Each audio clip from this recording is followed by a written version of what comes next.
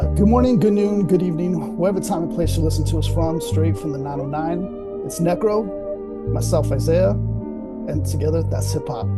Please don't forget to like and subscribe and hit the notification bell.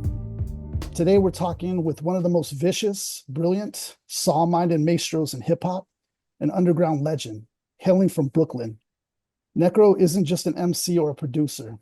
He's a force in the game, crafting his own brand of hardcore hip hop with a style that's earned him an unmistakable place in rap history. He's practically invented his own genre, death rap, a sound that's as unapologetically raw as it is brutally captivating. Since he burst onto the scene, Necro has been all about pushing boundaries.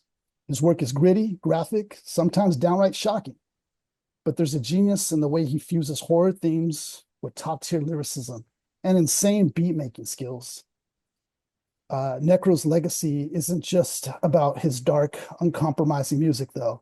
He's a pioneer in the underground, fiercely independent, building his own label, Psychological Records, and producing tracks that feature his own signature mix of hardcore hip hop with heavy metal.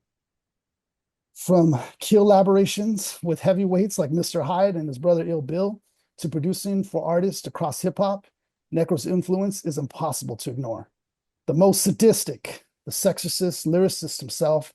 Necro, welcome to the show. Thank you. Thank you for having me. Appreciate the intro. Oh, good. First, I just wanted to ask you, the name Necro.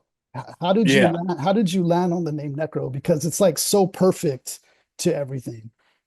Originally, my I called myself Mad Mooney, which was it was a name from a Clive Barker book.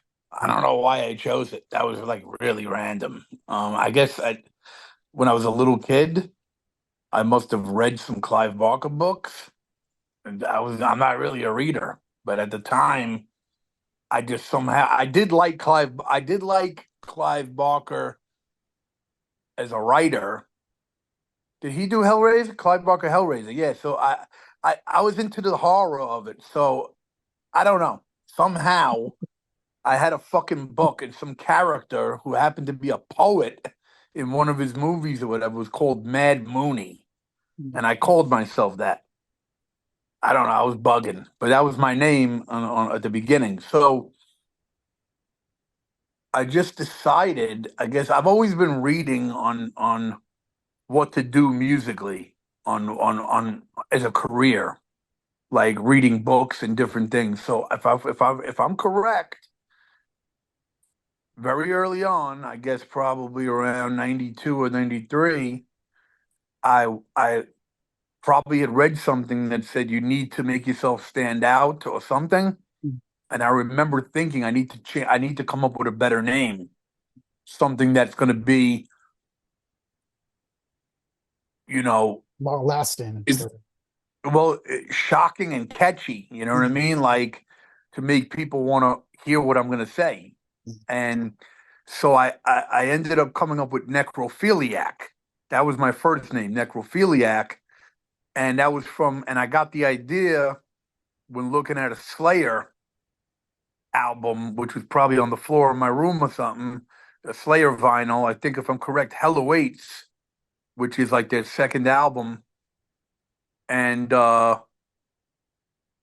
think if I'm correct, there's Show No Mercy, which is like the debut, and then or it's like a debut EP, and then Hell Awaits, and then Rain and Blood. I could be off here. But Necrophiliac is a song on Hell Awaits, and Slayer was always an influence of mine, and from a very young age, just being the most brutal of metal. And so I'm calling myself necrophiliac at the beginning, you know? And so I ran with that for a little bit, maybe a year or two or three or whatever. And I remember whenever I would tell people, they always were like, "So you fuck dead bodies?"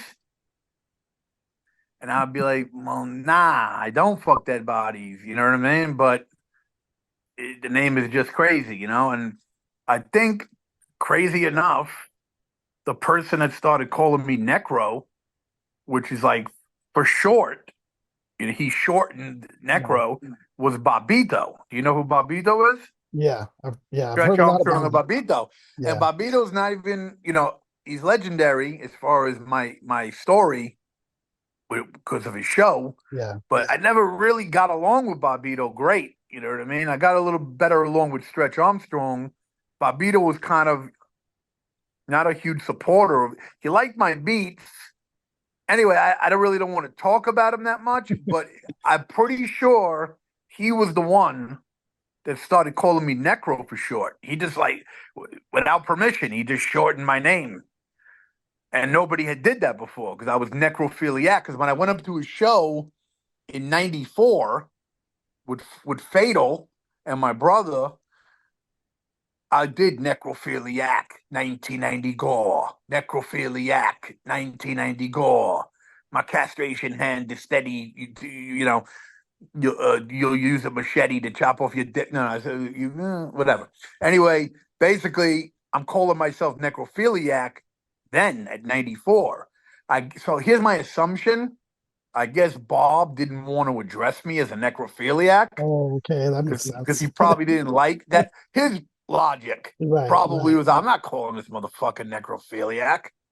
I'll just call him Necro for short. Plus, Mhm. Bob was always that kind of guy, buddies with every rapper. And so that was probably his style. I got to give credit to him for that because I don't remember ever on my own deciding first that I would be Necro. It was that I was being called Necro. And then I kind of liked it because I was able to be the evil name without having the stigma of fuck dead bodies because Necro is a prefix of death. That's also how I came up with that title for that album. The prefix of anything having to do with death is Necro. Crazy. You understand? So when he started calling me that, and I guess maybe a couple of other people picked up on it, and now I'm being called Necro for short, I'm like, that's better, actually, because I'm tired of people asking me, do you fuck dead bodies? Right. Because I would have girls ask me, and I'm like, I'm a young kid now, 16. I look good. I'm wearing polo, Hilfiger. I'm kicking it to bitches. Yeah. Somehow, if they ask me what I'm doing as a rapper, I'm like, yeah, I'm necrophiliac. They're like, wait, you fuck dead bodies?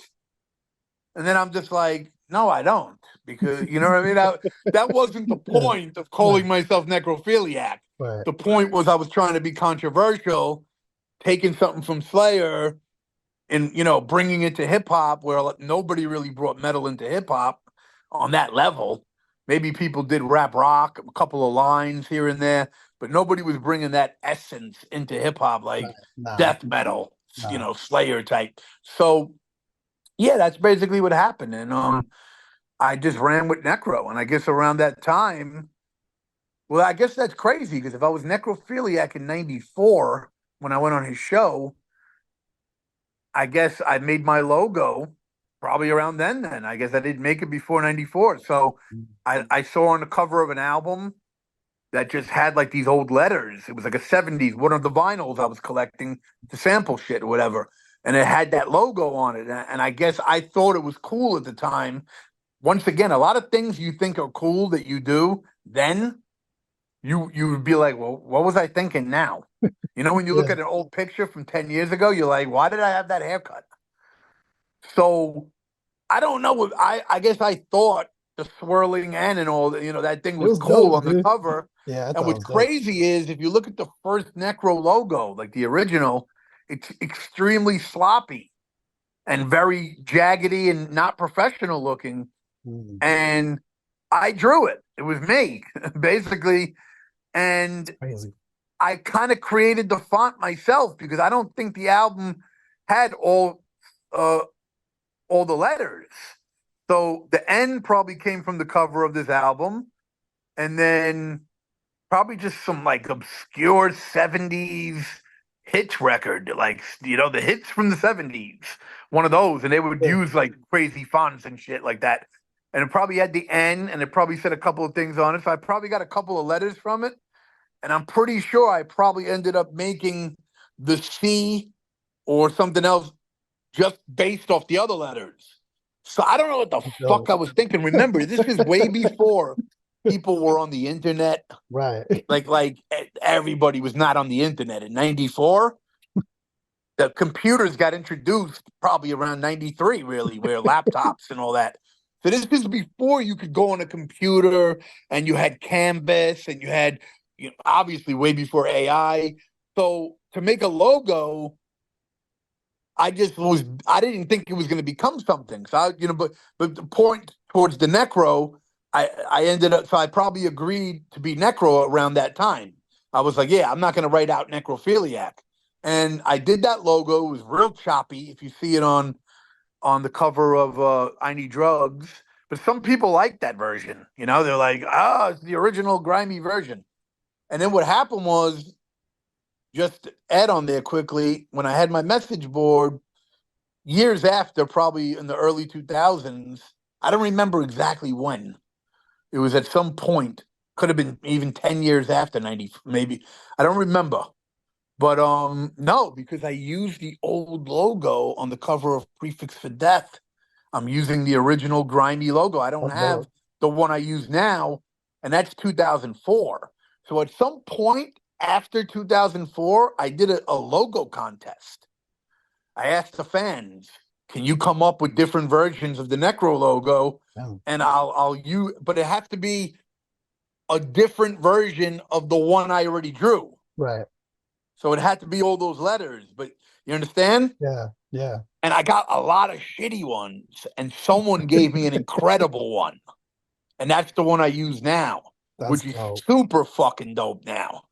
Like if you look at the Gothic, I call it the Gothic version. The original is the Yeah. OG, and the Gothic version is the one I use now. And if you look at it, it's like done like by a logo person, somebody who knows. It's Yeah. perfect. What The they're letters doing. are fucking perfect. Yeah. And I've used it on, a million pieces of merch now. And so that's crazy that I ended up drawing the logo and it was fucking whack. It didn't look good. I'll admit it. But I eventually ended up with the fucking new version, probably around 2006. I would have guessed. One of the fans drew it, and I've been using it since then. And shit, that's fucking 18 years I've been using that version. But yeah, as far as the name, got it from Slayer. Got to give Bobito credit on that one. He was being clever. What up, Negro? At the time, I probably thought like, why is this dude calling me my name for short? Like he's corny. You know what I mean? Because me and Bob Right. had that relationship where I can tell he didn't like me, talking about chopping dicks off. The funny thing is, Bob was loving my verses on his show, cracking up. That's the sick thing about some of these people who are more like democratic like. Yeah. They don't really like you, but they're fucked up too. So they'll laugh. Like, I'll just put it out there. I'm probably, besides guys like G Rap, I'm the first one destroy homosexuals on the radio. Just like, and I know Bob didn't agree with that because Bob actually said on the show, the views of Necro do Oh not yeah. fucking Yeah. represent fucking us. Yeah. Now, back then, I didn't think like, yo, I'm gonna fuck my career up. There's lots of gays in the industry. This is not something I should be doing. I thought I was making myself stand out. I was like, I got to stand out. I got to be different than the Everlast and the Third Base and and I don't kiss black ass, like meaning those guys. No, I'm not saying Everlast did, but Third Base Thirch was very ass kissy to the culture. Like he was like, you know, like thank you for letting me in. Yeah. Yeah. Like I no was growing up in nosebleeds. the projects.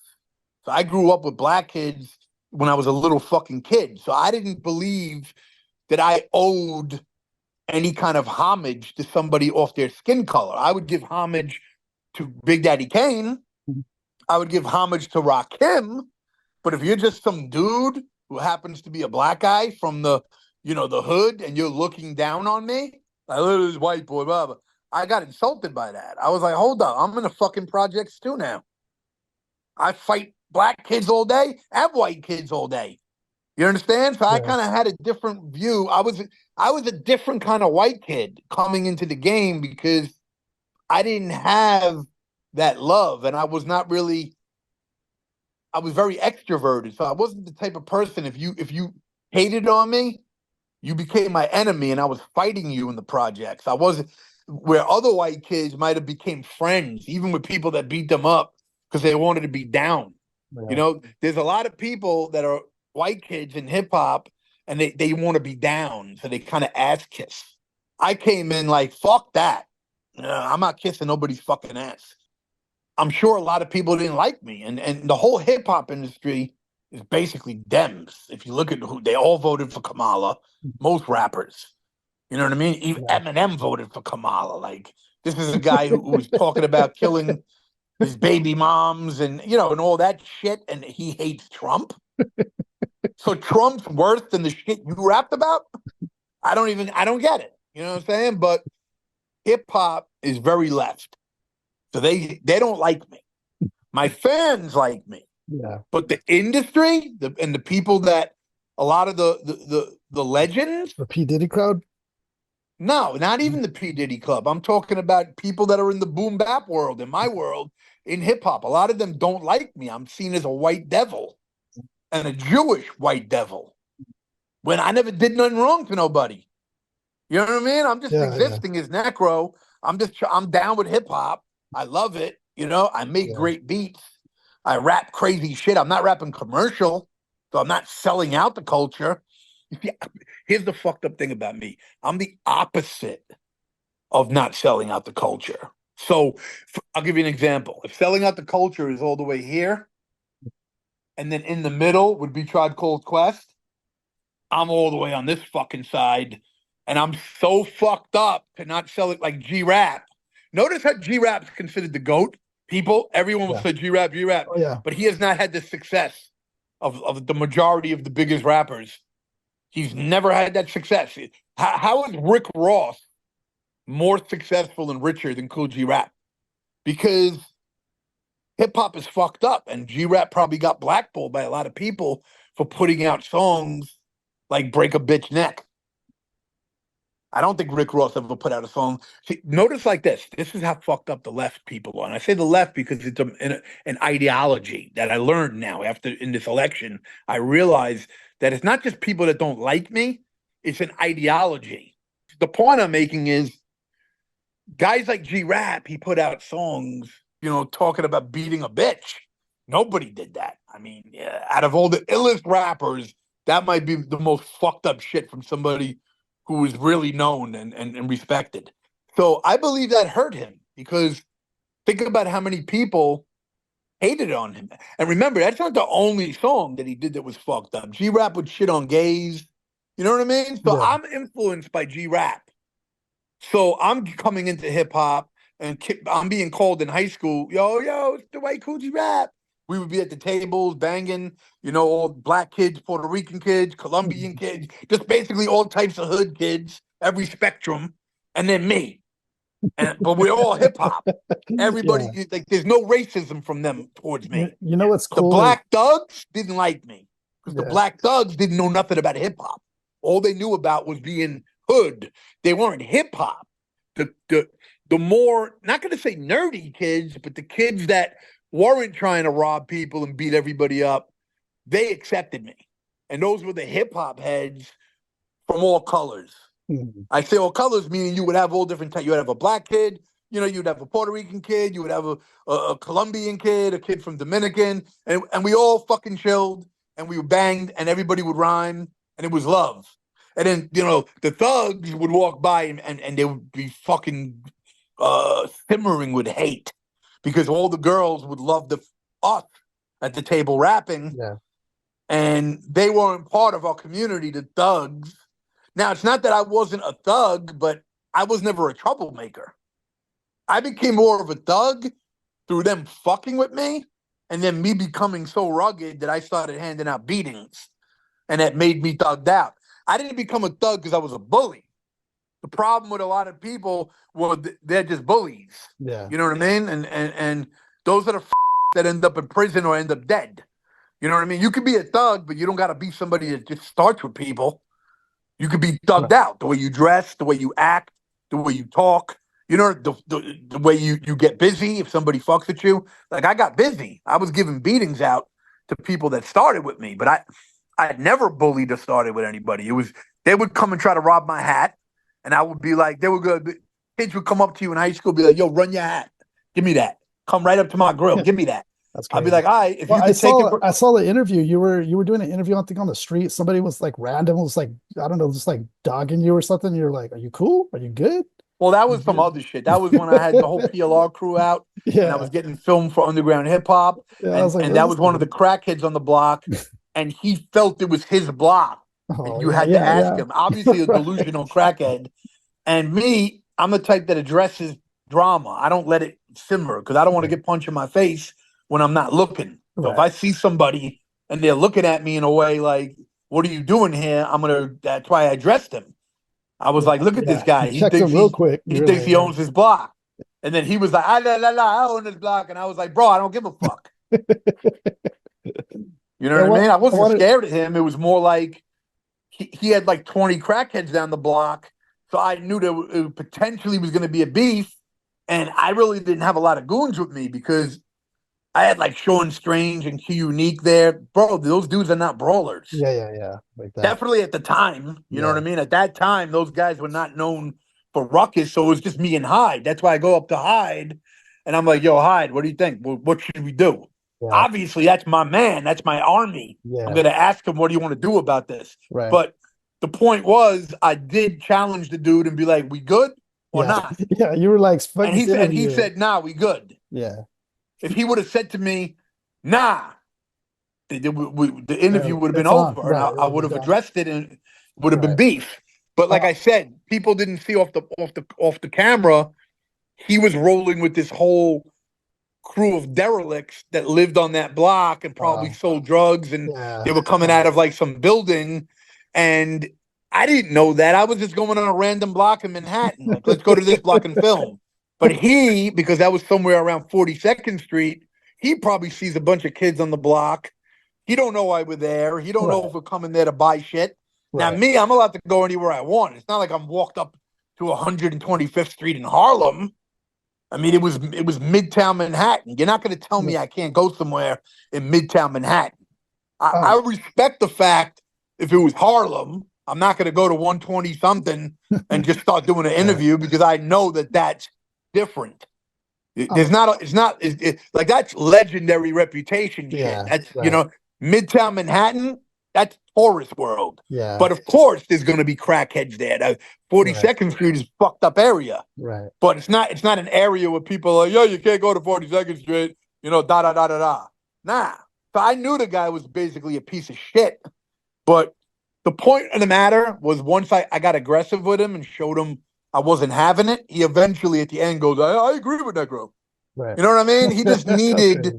Sometimes you got to give people the hood because if you don't Yeah. give them, you don't let them know that you're with the shits. They will fucking shit on you. They will. Yeah. People only respect strength. You understand? Right. So there Yeah. was a lot of people talking shit on that video, but you weren't in the situation, so you don't know what I was dealing with. You know what I mean?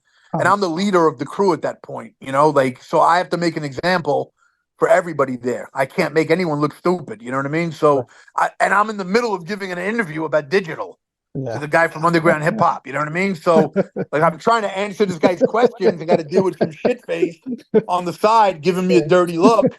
And that guy could have had a razor on him. Right. You He don't was know. definitely the Yeah. type of That's a real guy. situation. Yeah. Yeah, the guy definitely was carrying fucking razors. He was Right. definitely been in Rikers. You know what Right. I mean? He was a Puerto Rican hood. You could see that dude was definitely Puerto Rican from New York. I wanted to ask you, Probably ill. Yeah, I probably want very ill. I wanted to ask you, Necro, because I came into the fold kind of late in your career. I came Yeah, in like maybe early 2000s because that was when I was starting yeah. to kind of find hip hop and my passion for it. But that was an interesting time because I finding your beats was like finding treasure. This was like during the mixtape era, and you released a few beat tapes. Like it was mad influential, for a lot of like the crew out Appreciate here. that. Yeah, it was just like so like, oh dang, it's a necro beat. Like it was gonna be fire. What like possessed you to release beat tapes on their own? Like that was different. Well, I didn't release beat tapes for people to use my beats. I was releasing instrumental versions of the albums. I was like, if you like this album, I'm gonna release you see, the great thing about releasing an instrumental version of the album is people have the album. I produced it, but now you get the instrumental version, so you can freestyle over it for fun when you're with your boys. You can also admire my production, so it's going to help build my legacy more, Right. focusing on how great the beats are. But I wasn't releasing beat CDs like here, like, this is for you rappers to use. I never ever released a beat that wasn't used already. Mm-hmm. Never have I released one beat ever in my career that was not rapped on. Mm-hmm. I'm not one of those guys. I'm not a beat maker for other people to use. Mm-hmm. I'm showcasing Necro production Mm-hmm. from basically instrumental versions of the albums. And what's that beat yeah, machine you have? I did do Necro instrumentals, but Necro instrumentals, that first one, has like the Cage, Agent Orange, Radiohead, the Yeah. Nonfictions, Head Split. Yeah. So it's all shit that has been used and was really good accepted songs. That's also another thing, because they were so accepted, like they were great singles that the fans embraced. I thought, and it was a good idea. Like, I'm gonna let you give, because back then a lot of the vinyl had instrumentals. So if you, like, a single would be side A, Yeah. and side B would be the instrumental. So Yeah, it's true. people already had that on vinyl. Remember, this is before CDs. CDs kind of started really popping, in 2000, but they were around earlier. But like for independent people, we were doing vinyl in 95, 96, and then it graduated to everybody doing CDs. So like you would only get instrumentals on vinyl. You understand? So now that people are doing CDs, I'm like, let me put out a CD that'll feature all the instrumentals from the singles. Yeah. That was the first one. When were you making all these beats? Like, was there a period in time where you were just like banging out beats after beats, or was it I just? bang out beats constantly. I'm currently sitting on fucking 1,000 or more beats. I make beats constantly every fucking other day. Beat production for me is a passion and something I would consider myself a master of. You I don't actually think play anybody makes better instrumentals? beats than me. I don't think anybody makes better beats than me. Dude, But no, it doesn't mean that they're not good. I'm just saying, I don't believe anybody can point out, oh, that guy's beats are better than yours. It's just I have a style. It's a Necro style, and I'm a master of it. The way Primo is a master of Primo. Right. I wasn't always on this level. There was a time earlier, if you listen to the rare demos, my beats were very cheap, with like really dirty loops taken off, like loop drums taken off of really shitty records. That's a lot of that. And then I would play death metal bass lines over it. And it was just, I was coming of age. I was learning little by little. And then I just kept producing and producing, and you get better. I mean, listen, people are always going to say, oh, the shit you did from 2000 that era, I like it better than now. Well, back then it wasn't a digital world. Right. It was an analog world. I didn't have the equipment. So now, am I going to make beats now like then? You have to understand, I used to hate the fact that I had to use ASR 10 to make beats, because you had very little sample time, and it fucking annoyed me. Now, I made magic with it. So people that listen are like, oh, you did classic magic with that. Right. But the second that I finally figured out how to use Pro Tools, which lets me do anything I fucking want, I can manipulate shit anyway. Much easier to make a beat. It's harder on the ASR 10. I had to work a lot harder. So now people might say, oh, but if you use the ASR 10 now, you'll have to work just as hard, and then you'll make a great beat. You know what's crazy? You have to understand. What? Oh no, I was gonna say what's crazy is like I can't find any videos of you in your space, like in the lab making. I don't like revealing that. I don't want to be. I don't see any merit in that, because here's the problem: hip hop is a fucked up art, and people are biters, and they like to steal your shit and not give credit. And so I never thought it was beneficial to my brand to reveal to people what I do in production, unless you're there with me or I'm working with you. But like to tell the whole world, I'll have every little fucking copy in my shit tomorrow and then acting. See, here's how hip hop is. Hip hop is such a fucked up sport that the fan becomes a fucking beat maker himself and then says, fuck Necro, I'm better than him. Because he made a new beat. And he'll bite my shit if he could, copying what I do.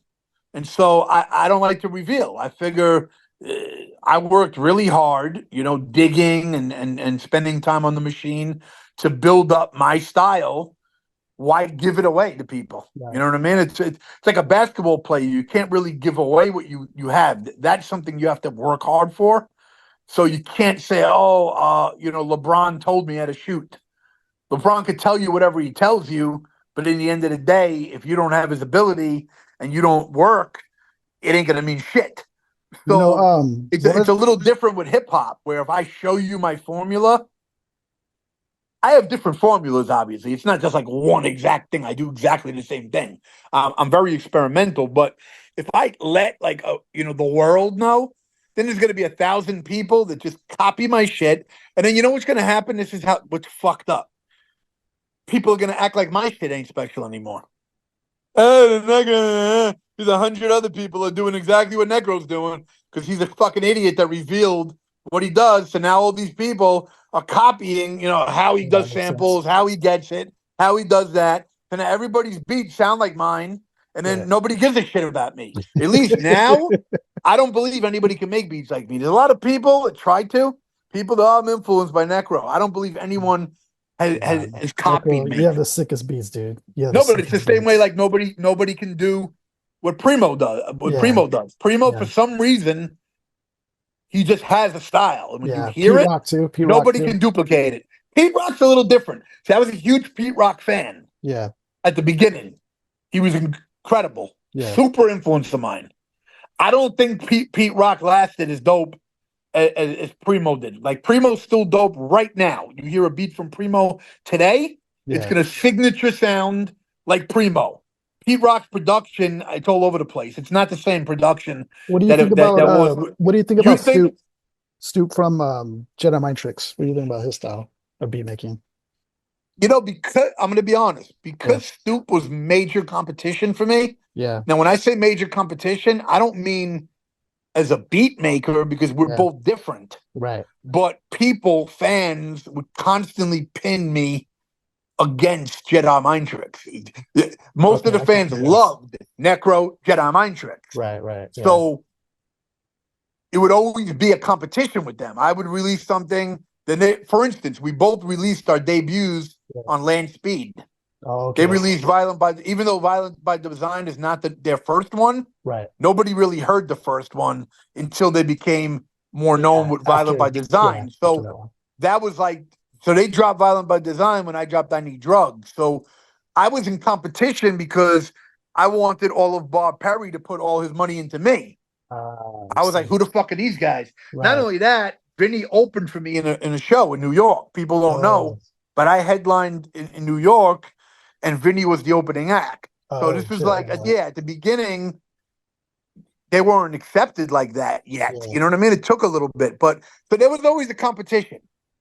And so I respect the guy. I know he's a dope beat maker, but he's different. He's not like my style. What do you think about Havoc's style? What do you think about Havoc's style? Havoc I love because Havoc is just evil thug piano beats. Yeah, his beats Havoc I love. Is Havoc an influence of mine? I was already fucked up in my head mentally and making death metal type beats. But Havoc, here's the thing. Let me explain something about production and influence. And if someone's good, they influence you. Like, for instance, I influenced Vinny Paz a lot. He's never said it and won't admit it, but it's a fact. Because if you listen to his early shit, he didn't mention nothing about heavy metal. Yeah. I was the one mentioning it. And PLR are the fucking kings of hip-hop mentioning metal. After 2005 time, now he's all about metal. Not only that, he wasn't all violent like that. He was saying clever shit. And it was very Sons of Man Wu-Tang-ish, but it wasn't all out, I'm gonna fucking kill you. Right. like Yeah. PLR. Right. Like my shit was murder Yeah. rap. Straight up. And it started So like that, like early. so if you start doing murder rap around 2005 and everything till then is I'm gonna fucking kill you, you're influenced by Necro. Yeah. I was You know gonna what I'm saying? say, Here's what I but think happened with Vinny and Jedi Mind Tricks. I think they first were rocking with the Wu-Tang nonfiction style because nonfiction are kind of like a little bit kind of like not influenced by that, but just like Gore-Tex was influenced probably by Raekwon a little bit to rap a little more slangy. You know, yeah, I can see that. hearing Raekwon put a battery in his back. You know what I mean? And Yeah. so Wu-Tang were a little conscious, a little more conscious. You know, they would say certain things. So, but nonfiction were very left, and the first Jedi Mind Trick shit was like that. Okay, and then all of a sudden, I think everything becomes murder from fucking coming from them. Who the fuck was doing that before me?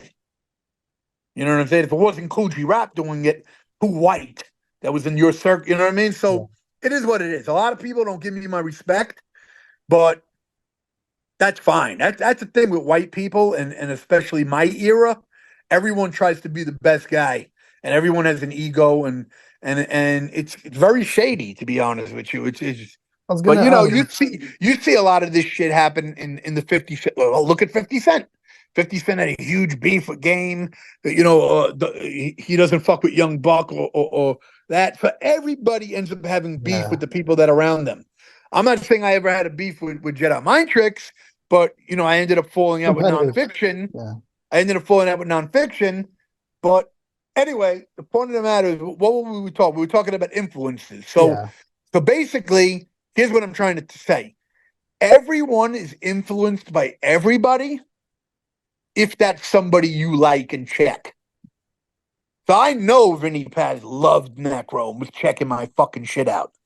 So that influenced him to get more fucking evil and brutal. Okay. Now, I used to listen to fucking Pete Rock and Large Professor and Primo. So of course I'm Too. influenced by them. But then I ended up doing my own style. Do you understand what I'm saying? I Yeah. created my own style because I wanted to be original. I didn't want to be like them, but I'm influenced by them. Yeah. You understand what I'm Yeah. saying? So, like, now I might influence Primo. Okay, you might say, "Yeah, right, you're Negro influenced Primo." No, I'll explain what that means because Primo, on two occasions, has bigged me up. He bigged me up for sampling Curtis Mayfield on the fucking track that I gave Q Unique, "Heaven and Hell, Heaven Mhm. and Hell," huh? Because like Primo's one of those guys that's gonna know Curtis Mayfield's catalog, so he's gonna recognize the coolness. It was a decent beat I made. It was different, but it was Yeah. cool, and I hooked it up because it was concept wise because he had called his album "Heaven and Hell," and it has Curtis Mayfield going between heaven and hell. So I know Primo liked it. And Primo had told people he liked what I did on the nonfiction album. He had told nonfiction, yo, Necro did his thing on here. So now what does that mean? That means if Primo likes what I'm doing, that inspires him to keep doing his shit more. Because he hears something that's fresh. Like, yo, oh, that dude's doing this thing. Shit, I'm gonna work on my shit better. Because Primo's that type of guy that he's that competitive to still be fresh now. So Mhm. you're talking about a guy that's always going to be competitive and fresh. He doesn't fall off ever. You know what I'm saying? But that's what I'm saying. I'm saying if you're dope, everyone gets influenced because if you hear someone and their verse is fresh, it's going to make you want to be fresh. Yeah. It's just natural. It's a natural thing. Yeah. This is why everybody at the beginning was listening to Stretch and Bobito at 1 a.m. to 5 in the morning in 92 and 93 and 94 and all those years. We were listening to everyone that would get their shit played. You hear Akinelli coming off with something fresh. You hear Nas. You hear early Wu-Tang. You understand what I'm saying? Right. You're hearing everybody. All the best of the It best. doesn't Yeah. mean you're going to be like them. You're influenced then to now do your own thing. Right. Right. I got to come up with my own shit. Yo, that shit was hot. How do you know that shit was hot? Because you're making mix CDs as you're listening. You're hitting record and pause. So Yeah. like your whole week is going to be listening to everything you recorded and playing it for all the people you know that are going to give a shit. Like, yo, check this shit that I got. I got this new joint from Nas that Large Professor fucking produced. I Yeah. remember being in Ugg from Cellar Dweller's house on New Year's Eve and playing live at the barbecue on his radio and everybody bugging out how insane this guy Nas was. Yo, did you hear this guy Nas? That was in the projects. Do you know who Ugg from Cellar Dwellers is? I don't think I'm familiar. He You was know, on Loud Records. Shout out Ugg. He was on Loud Records at one point. His group didn't blow up in the way that Pun and all them. Maybe because he got overshadowed because those guys, yeah. ended up blowing up so big and but he's dope as hell and he was on Loud and he was in my projects. We're the famous guys from Glenwood Projects. Me, Bill, and Ugg. Okay, I gotta You know what check I'm this out. saying? All Because right. Glenwood Housing Projects, it might not be Queensbridge, but it's a legitimate housing projects listed in New York City housing. If you look up Wikipedia, it lists all the New York City housing. Hmm. Obviously, Queensbridge is the biggest legendary projects. And in my projects actually had 26 buildings, meaning it's 1/4 of the size of Queensbridge. So you can imagine I still had a jungle to deal with. It was a Right. jungle growing up. You know what I mean? 26 buildings, and you're a little fucking kid. That's fucking like the whole world. You know Yeah. what I mean? Yeah. So, but basically, it was a different time when we came up. Everything wasn't so accessible, and you didn't get props for biting anybody. So if you heard someone great like Nas, it made you want to be great for yourself. You didn't think, damn, I need to have a voice like that guy. Even though you were bugging because, wow, Right. this guy's voice is great. It's like, yo, that's a fucking sick voice. Like, this guy's going to be huge. You could just tell because, you know what I mean? The way he Yeah. rhymed and the voice. But I never thought, oh, I want to be like him. It was like, I want to be as dope as him. I want people to recognize me. So I would just do what I did. You know what I mean? I was probably influenced at the time, not only by Large Professor's album, but by Tribe Called Quest and Native Tongues. And then little by little, as it became Necro, because I Yeah. remember I was more Mad Mooney probably at that early days. Um, then G-Rap and Ghetto Boys started coming into my Right. life, and they were way more fucked up than like a Tribe Called Quest. Right. Tribe Called Quest was that traditional, super fucking fresh, original hip hop, like where the samples, the production was fucking pinnacle. Even if he didn't rhyme hard, like hard, like we know gangster, it was still Q-Tip to me was. I always said Q-Tip. Prodigy is a thugged out Q-Tip. Yeah, I That's why can see that. Prodigy would say the craziest thug shit, but he would throw in something like, "Yeah, but you on nil." Who would say that? You on nil, like meaning you ain't shit. Yeah. That's poetic. Mm. Or he would say, I shine like fluorescent or something. He said in one of Yeah. the songs, like only somebody poetic will say that. But Yeah. but he's rhyming it with thug shit. Like Right. you're gonna Right. get fucked up and I'm gonna clap you. That's something Q-Tip didn't do. Reason I say that is because Q-Tip produced on the first Mob album. So Prodigy early probably loved Tribe Called Quest also.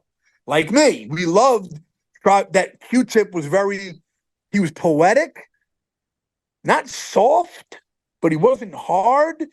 Pause, but he was very confident.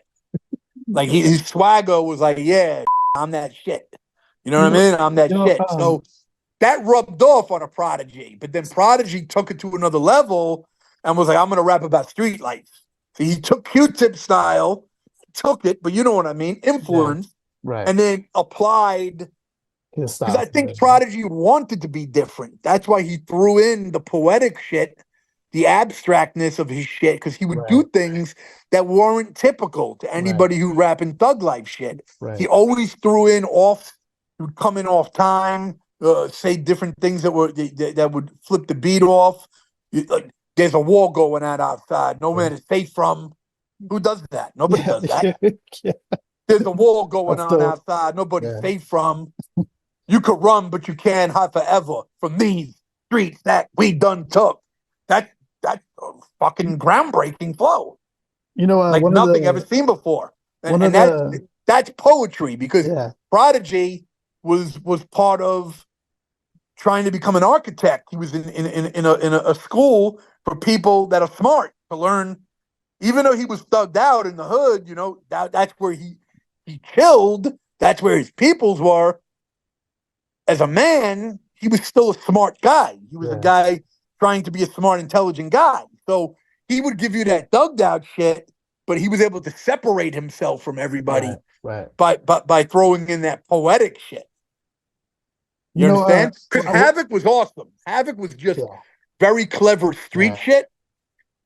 But Mob Deep wouldn't have blown up without that cute the thugged out Q-tip. You know what I yeah, mean? Like, yeah, okay, so basically Havoc is kind of like Fife. Fife was fucking dope. yeah, yeah, yeah, But Fife, Tribe Called Quest wouldn't have blown up if it was yeah. just solo Q-tip. Fife. Yeah, Q-Tip had like a Q-Tip was that special spice that made,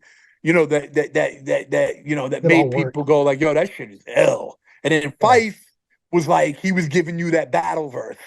You know what I mean? And then Q-Tip would give you that artistic verse that just yeah, impressed you. You were just like, wow, that was flavor. Like, oh yeah, shit. Like, you know what I mean? So it was a good dynamic, because if it's just because here's the thing. Neither one of them really had a good, successful career solo wise. Prodigy did have a better solo career than Havoc. Havoc has not really had a good solo career. You know what I mean? I think losing Prodigy, rest in peace. I think that fucked up a lot of inspiration for him. He'd probably tell you he's not as inspired. You know what I mean? Because yeah. if you come up and blow up the Your platinum boy, level with your yeah, man, yeah, and it's your he's boy. gone, it's gonna be hard, bro, to Yeah, get that back. You know what I yeah, mean? It was like me. I built the whole Necro thing as solo, yeah, so it's really only on me. Because I remember all the feelings it took to make Prefix for Death. I Need Drugs. I remember when I first recorded The Most Sadistic, which yeah, starts off I Need Drugs, and I was amazed with myself with the vocals because I didn't like a lot of shit I did before. I yeah, was like, how the fuck this sounds fucking dope? I had been progressing, getting. If you listen to the beat for Most Sadistic, it's fucking yeah. hard. That The beat is drums are sick, dude. fucking rugged. My Doesn't sound first like nothing. You're not gonna find those drums anywhere. my I first don't know track how I was made them. Underground. When I first heard you, it was Well, Underground. Underground was see, Underground was ill, but I didn't like the way I sounded on it. Like Most Sadistic, I'll put on at the live show, and that makes people fucking pissed. There's different songs. Underground's more mental. It's not like for live, where Head Split, I play that as my encore live, and the fucking crowd erupts more. Probably on the level of Shook Ones, and the way Wu Tang has Cream and the way Mob has Shook Ones, Necro has Head Split. Same way Nonfiction as Black Helicopters, my fucking anthem is Head Split. You understand? Like, Yeah, imagine I did my encore and it was Underground. It wouldn't come off. Even though you like it and it's a good lyrical track, yeah, it doesn't have that same energy as Head Split. Every yeah. track is different. It's kind of like a comic. You kind of figure it out as you're doing live shows or Well, every something. track is different. You know Yeah, what I mean? Like yeah, every track is a different vibe and ends up resonating different. Like obviously, Shook Ones is probably Shook Ones Part Two is probably the number one streaming track for Mobb Deep. There's mhm. no way any other track streams more You know than what I that. noticed? You don't tend to really go personal too much. You kind of stay kind of with the imagery more so than going. But it's really rare. You sometimes you do, but I'll tell you it's why. kind of I'll tell rare. you why I didn't. First of all, I saw Eminem do that constantly. It's all he did. Now he's always talking about his mother and his No, daughter. and I knew I was never gonna get to his level because I got shit on. At an early time, everyone was telling me they wouldn't sign me. Nobody wants white boys. This is why I went independent. Yeah, So my own lawyer got M a deal and shit on me and didn't get me a deal. that's crazy. That's, Yeah, and because Paul Rosenberg was working as a lawyer in my lawyer's office. yeah. So I But I would got you have the really shit. wanted to be on like? I mean, I guess you do because it's successful, but then then you don't have a life really. It's kind of I more. wanted to be one of the biggest white rappers on the planet and thought I could be because why couldn't I be? if Everlast and all these, everybody had their chance. I feel So I like was you have like, the why best of am I? both worlds, though. You have to Like, you know? understand, I'm a white guy from Brooklyn, from the projects. There's Yeah, never been a white kid that blew up from Brooklyn, New York. it's great. Yeah.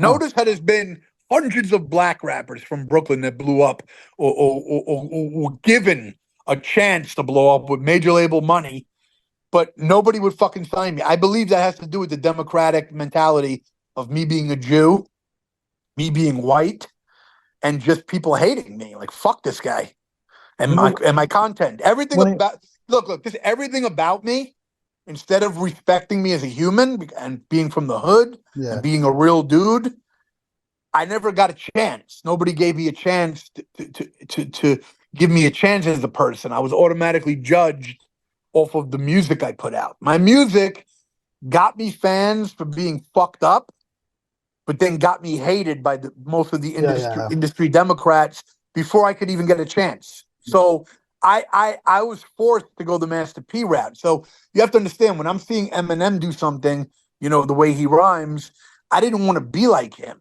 right. because I wanted to be big like him, but I didn't want to be like him.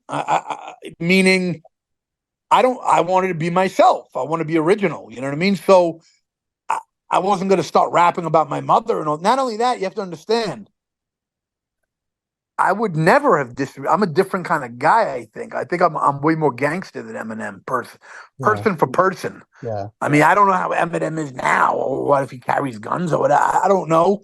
You know what I'm saying? I know I met Eminem yeah, right before he took off with Dre. I met him and looked him in the eyes. yeah, He was not gangster and hood like I was. He just wasn't. He didn't have that in him yet. He might have got harder when Dre got with him, and blah blah blah. But before he blew up, sure, he was around black people in the hood and all that. But his nature, he was not thugged out. I was thugged out when I walked up to M and looked him in his face and handed him a beat CD. He actually thought I was gonna beat him up. Like, he didn't say he thought I was gonna beat him up. He acted like I was gonna beef with him because yeah, of his beef with Cage. yeah. So he thought I was going to come to him to Like start beef. sideways or something. No, but Yeah, he knew I was coming there to give him a beat CD. right. He just like, I wasn't sure. You Yeah, know what I mean? Because I know yeah, you're down with Cage. I was like, bro, I don't even fuck with Cage anymore. I told him I don't work with the guy anymore. And me coming to give you a beat CD is because he had spoken to my brother in Fat Beats, heard my brother playing some beats on vinyl from me, and was like, yo, that shit's good. Who did that? And he said, my brother, Necro. And he told my brother, this Eminem told my brother, yo, tell your brother to give me some beats. Yo, so what do you think about his like, he's doing this like murder kind of theme now for his albums? What are your What thoughts do you behind mean? it? Like his music to be murdered by. Now he's kind of like taking Yeah, more of but the that's old though. Hasn't that been yeah. out for like 5 years? Yeah, I guess so. Yeah, but he's That's starting to not kind that's of not go that's more in not that new. direction. I mean, his newest shit was abracadabra, reach out and stab ya. I mean, listen, I'm going to give it credit only because his Yeah. line about Megan was hilarious. I'm Okay. going to give credit where credit's due. That was a funny one. Do you remember the line? I don't remember that line. No, yo, you remember he said something about Megan wouldn't give me a shot at Oh a, yeah, yeah, yeah, at a yeah, yeah. feet. Yeah, yeah, yeah, yeah, yeah, Okay, I thought that yeah. was hilarious. But Yeah, if you listen yeah. to the song, it's very kiddie. Hmm. Is it the type of song that a man, like a grown man, is gonna let me put that on? That's hot. No, I mean, I'm not trying to I diss know, him I on know that. you're not. On Yeah, this yeah, comparison, the yeah. goal is not me to diss. I'm trying to make a point though. Would a grown man listen to that? If you could go listen to Wu-Tang or G-Rap or Hmm. like, here's the thing. Why would you choose that out of all the hip hop? I could see a little kid choosing that because it has a very, like, for instance, the sample from Steve Miller Band of that song Abracadabra, it's actually a good sample. So you could rap, like I could make a beat from that and rap hard, brutal, like really Right. evil, hard, ruckus. He didn't kind of do that. He made it kiddie. So who is he appealing to? I think he's appealing to little kids. He's not appealing to men like us that are older than 30. Hmm. And I think that's part of their plan because You have to understand, he's on the biggest major label. Like they don't care about hip hop the way we do. It's a different way. Yeah. It's like, for instance, it's like me being Prince in the early days and making music because I love it. And then when Michael Jackson is going to start making music after he's already the pop star of the world. Right. He's not only going to do shit for inspiration, it's also going to be discussed. Should I put this out? Is this going to do well? Is this going to fuck up our sales history? Here, his music is analyzed by their manager and stuff. This is why you would see him do a lot of hit records with Pink and Rihanna. That would be something that you would, if you told the early Eminem on Stretch and Bobbito, he would laugh. He would tell you, "I'll never fucking do that." Pop stars, you understand what I'm saying? Yeah, Even I get you. when he I get blew you. up, even when he blew up, the early shit was fuck pop stars. Then Yeah. when the shit became played out and it became, a couple of more years after, when people weren't really loving him, let's say the same way, that's when they started coming out with do a song with Rihanna, do a song with Pink, do a song with, you know what I'm saying? Because they knew that he's so big. Listen, I'm not saying it was bad strategy from a money perspective. Maybe I would do it. I mean, I'll be honest with you. Let's say Pink called me. You have to understand the way I explain things. Yeah. I'm saying it's corny that he did that, but I get it though, because it's business and he's protecting his brand. So I'll give you an example. If Pink called me up tomorrow, she's Jewish. Let's just say randomly. Right. Oh, Necro, you're Jewish and you're hardcore. People are hating on us. I want to do a song with you. I wouldn't tell her no. I would do it. Why not? Does me doing a song with Pink take away that I did Dead Body Disposal? That I dropped Prefix for Death? Nope. Now, do I have to make the song with Pink all about murder? Probably then my fans would like it because they would be like, "Oh, wow, you actually had Pink singing some murderous shit." So that's actually kind of cool. Because when Eminem did shit with all these commercial people, he didn't really have them doing murderous shit. They were singing, poppy shit. Yeah. So, but here's the thing. Let's say Pink says to me, "Necro, I want you to be more known." This is hypothetical shit. "Necro, I want you to be more known. So get on this track." And the track is like a Rockwaller beat, let's say, and it has like a vibe like that, and it has Pink singing some dancey hook on it. And she goes, "I just want you to kick some shit. Doesn't have to be death rap. Just talk about whatever. Anything you're getting girls, anything you like. Just make it like a Redman verse, where it's not like, Redman verses are kind of like Just fit. they're random, or a Busta verse, like Busta verses. It's just like, you don't want to fuck with me. I'm the illest. Da da da. So she told me, do a verse like that. I would do it. Why wouldn't I do it? I mean, I respect her, obviously. Somebody who sold millions of records, even if it's different than the way I do it, I don't really look down on them. Like, I never was like, "Oh, I look down on them," because I'm aware that they had to come from a lower place at some point. They had to make music like anybody else. They had to go through all the shit. And then they had experiences that I don't have in studios with people I don't have. Doesn't mean I sit and listen to Pink. I don't. I'm not going to listen to Pink. Matter of fact, the way an artist like Pink is, she gets forced on you because you will not check for her, but she'll show up somewhere because media, they're so big, they'll throw her in the show you're watching. You understand what I'm saying? Like, we're not checking for her, but we'll still end up hearing her. Right. Yeah. That's the thing with major labels and how they're able to blow people up. It isn't because they're so much better than me. I'm not being exposed. If you put Necro in every horror movie tomorrow, Bury You with Satan, Dead Body Disposal, you put it at the end of the fucking movie or in a movie scene, you're going to tell me I wouldn't have a million more fans tomorrow? Of course, because I'm good. It's not like I'm whack. If you were like, "Yo, that dude sucks," so with a lot of promotion, it won't work. I'm a dude that's so good, but never had the promotion. Right. Everything that I built. So I did something yesterday. I did a check on Google. How many people in the world have 450,000 monthly listeners on Spotify?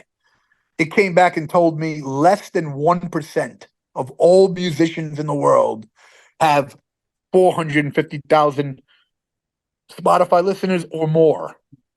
That means I'm in the 1% of musicians, even though you have to understand, even though Eminem might be 60 million to my 450,000, with all the people that claim they do music, I'm still in the 1%. Yeah. Still a good So I spot. don't think I'm less than fucking Eminem Nah, or anybody it's just the because I exposure. know he has shit that I never had. Right. First of all, Dre. well, he had Dre, he had Yeah. MTV. Right. MTV became the platform for Eminem. So listen, it's beyond the fact that he's a good rapper. We know that he has skill and he can rhyme good. But if he didn't rhyme as good, he still would have been huge because Marky Mark blew up. He wasn't really good. He's a great actor. He wasn't good as a rapper, but he blew up because of the commerciality, and that led him into being an actor. He might have never been this huge actor if he didn't have the precursor of the Marky Mark career. Hmm. You understand? That Yeah. led him to meet all the people. I've never even met all these bigwig people, agencies and all that. They won't meet me. They won't take meetings with me. Necro is not considered important to all these people. I tried to recently connect with Damon Dash. He shit on me. I had a meeting, a Zoom. You see how we have a Zoom Yeah. meeting now? I Yeah. had a Zoom meeting with Damon Dash about getting down with him and how I want his help, and he shit on me. And then I found out that he has a rapper who disses Jews on his label right now. He has, bro, a dude that has no fans, horrible fucking garbage fucking Arab rapper who has no fucking fans at all. That's who Damon Dash is backing. I went to Damon Dash as Necro with the numbers I have, being 1% of the most listened to fucking music. Oh, he also has these two other white artists right now. They fucking suck, bro. They release shit. Nobody likes them. Terrible, just horrible music, man. If you listen to it, you would be like, how did a guy who fucking put out Jay-Z ended up with this fucking trash? That's how whack he's become right now. So he has Necro step to him, like, bro, I had to pay money to get my meeting with him. So I put up Yeah. over $500 to get this motherfucker on a Zoom call, gave him numerous proposals, professional proposals for different fucking things I wanted to do. He just shit on me, basically. Just fucking, I don't know if the guy's having problems because I know he was trying to sell his rights or whatever. But like, if you're a businessman and you're putting out artists now and they fucking suck, I didn't even ask him to put me out. I didn't say I want. My pitch to him was, bro, you don't need to do anything. I'm already Yeah. established. Yeah. I need your help. I need you to plug me in to the things that I'm not plugged into. And I will bring you a whole demographic of white boys and Latinos. Let's be real. You think Latinos and white boys check out the Damon Dash New America channel? He doesn't have anything Latino on there. He's not check. Are you Latino? Yeah. Okay. So you can check his channel. I'm not dissing it. It's mainly black stuff. So I even pitched him saying, listen, let's create a new network that focuses on my style of shit, extreme stuff, and we'll put it under the banner of your shit. So you get the market share that you're not getting now. And it'll help build your network to be this powerful black network. I'm willing to do it because Right. I'm a team player. This fucking guy ignored me. Right. Just whack, bro. And I know he ignored me because I did have a Zoom convo with him. So you took a Zoom convo with me. You know what I'm saying? So obviously it's not like, oh, well, did you reach him? Nah, he fucking knows. He knows I tried to get down with him. He just don't respect me. You have to understand the way these people think, which when I say these people, it's anyone who's the kind of probably a leftman. Basically, anyone who would vote for Kamala doesn't like Necro. Either because I'm a white Jew, either because I'm white, either because I said the N word in the past, but I was from the street. In the Yeah. street, I'm from the hood. Black people are calling me the N word. Yo, what up, my N? Yeah. So I was a young kid. What do you expect a young white kid whose life is hip hop, and every black person is calling him the N-word, and then you expect them not to say it back. That the whole reason somebody can say anything is because of culture. My culture was from that. I realize now as a man, I didn't know better, but I was a rebellious young kid. Yeah. And my mentality was, you're not going to tell me what to say. I'm hood. Fight me. If you got a problem. And you should relate to this because Latinos say the N-word constantly. And Fat Joe, who was totally respected, he got called out as a Puerto Rican for saying the N-word. Yo, and notice, he got called out in the woke era. He's been out for 30 years. Nobody ever said a fucking thing to him. Now, all of a sudden, during the Biden administration, Fat Joe is being attacked for using the N-word. That shows you how... and you would think Fat Joe would have voted for Trump. He voted for Kamala, the side that are those people. Because who the fuck is saying Fat Joe is not allowed to... Who are the people saying Latinos were not there at the beginning of hip-hop and Fat Joe can't say the N-word because he's not black? Who would say that after knowing what Fat Joe has done in hip-hop? Knowing how loyal he is and where he comes from, the projects he comes from in the Bronx. Nobody would say that is really gets it, but it's these woke people. It's the whole woke people. And they even attacked him. So I don't know why he supported somebody who represents who's against him. He thinks he's for Latinos, but what he's doing, he doesn't realize that Trump is more for Latinos. You know what I'm saying? And that's why he got voted in. And probably got more Latino votes than he's ever gotten or Republicans ever gotten. Do you know 80% of Jews voted for Kamala? Do you know how embarrassed I am as a Jew? That makes me sick. I don't like those people. I'm nothing like those people. Yo, those Jews hate me. They don't say, oh, Necro's a Jew. I like him. I'm proud. You know what they say? Yeah, he's a misogynist. I don't like him. He talks about death. He's violent. I don't like it. You have to understand, it's ideology. Yeah. It's the way that you view things. Like my brother hates me. Why does my brother hate me? We both do hip hop. We both came up into because his ideology. You understand? He's always been kind of like anti-America, talking about how nonfiction, anti-America. Me, I fucking love America. How could I not love America? Here's where I see the irony in something like nonfiction, not talking shit about America. You don't have any problems here. You're able to do what you want. How could you talk shit about America? Oh, because CIA might do something shady. I mean, this is why you have freedom. This is why you're in America and you're not in Iraq and getting your head cut off. So you have to understand the way I see it. Yeah. I love this country. Mm-hmm. Everybody's here. We're all free. We get to mix. We all have an equal chance to be entrepreneurs. Nobody's not letting a Latino become rich. I'm talking about if you really want to become rich, you'll do it. Nobody's stopping me, white Jew, and I'm not being helped by any Jews because I just told you 80% don't like me. So probably tons of people that could have helped me are probably like, fuck that guy. I'm not helping that fucking guy. They don't care that I'm Jewish. They're just like, his ideology. I'm viewed as Trump by these people. They look at me like Necro is Trump. Because who would make a song like Dead Body Disposal? You're talking about disposing of people. You're giving out a manual to kill people. You're a piece of shit. Necro, speaking of that, Dead Body Disposal, when I first heard that, man, how much in detail you get, like, what's your mind state when you're writing like a dead body disposal? Like is it just flowing? Like, I mean, I don't even know where you start on so much details that like you're coming up with. Like, well, I don't want to incriminate myself. Okay, all right. but I love the fact that there's a mystery around that song because the fact is, if you really think about it, one good thing is technically the statute of limitations is way beyond 7 years now for that track. But it does make people kind of wonder, how the fuck do you know all those details? You can't look it up. It's not anywhere.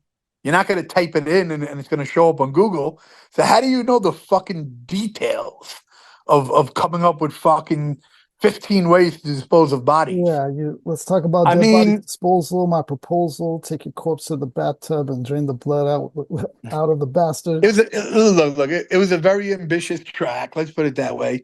Yeah, I think first of all, the beat break is fucking sick. Listen to the original, you can be like, wow, Necro found a fucking gem. yeah. And then I hooked it up good. Like you have to understand, not really easy. Like first finding the gem is one thing, and then hooking it up with drums where it actually sounds like something new, and you're not like, yo, he didn't do it good. That came out pinnacle. So Yeah. I probably knew when I had that beat.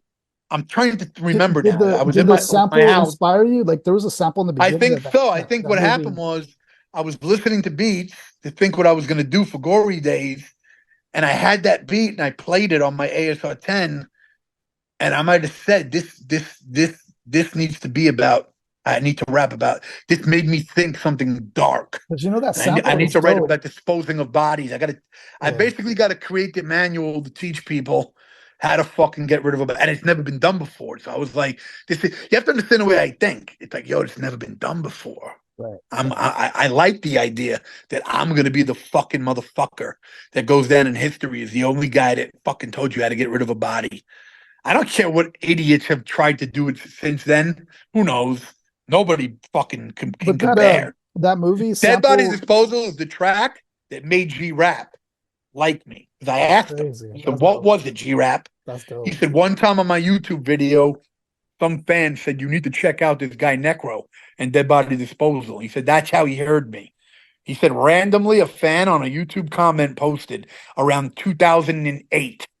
The G Rap didn't even know I existed till 2008. That's And crazy. then by the time I started working with Yeah. him in 2011 or 2000, yeah, Bro, 2011, you guys together, like it just makes sense. Like, you have to on understand Godfather's crazy. it did make sense because me and G Rap had a great chemistry. Did you ever see the behind the scenes videos on YouTube? I've seen a few of you guys in studio a little bit. Yeah. I put up probably like 50 different Yeah. fucking little snippets of me and G Yeah. Rap. You could see that we get along great. Yeah. G Rap. Did it put any pressure G because Rap's a very humble guy. I can't uh explain it. He's like G Rap listens to the Jerky Boys in his okay. car. Okay. He shocked me, bro. I was in his car. He put on the Jerky Boys. He goes, Necro, you like the Jerky Boys? Bro, and here's the thing. He starts cracking up. Like he fucking loses it. It's not like this, like he's trying to be a tough guy in the car. Yeah. As the Jerky Boys is playing, he's dying, bro. I thought that was crazy. I was like, holy shit, that's You guys are G-Rap is. crazy. Yeah, you guys are You crazy. see me? Oh wait, yeah, I can see you, but I think my Okay. camera. Yeah, your camera blurred out. Let me switch the video to my desktop. But G-Rap's a good sport and shit, like meaning he has very good personality. I'm a little disappointed in G-Rap now because I just keep it real with the fans. I sent him on two different occasions new things for Godfathers, and he never did anything after. Uh, And I see him do kind of like a listen. G-Rap is the Godfather and my idol and my greatest influence of all rappers. So I never want to speak bad about G-Rap. yeah, You know what I yeah, mean? yeah. And G-Rap knows how I feel about him. And we've talked for hours.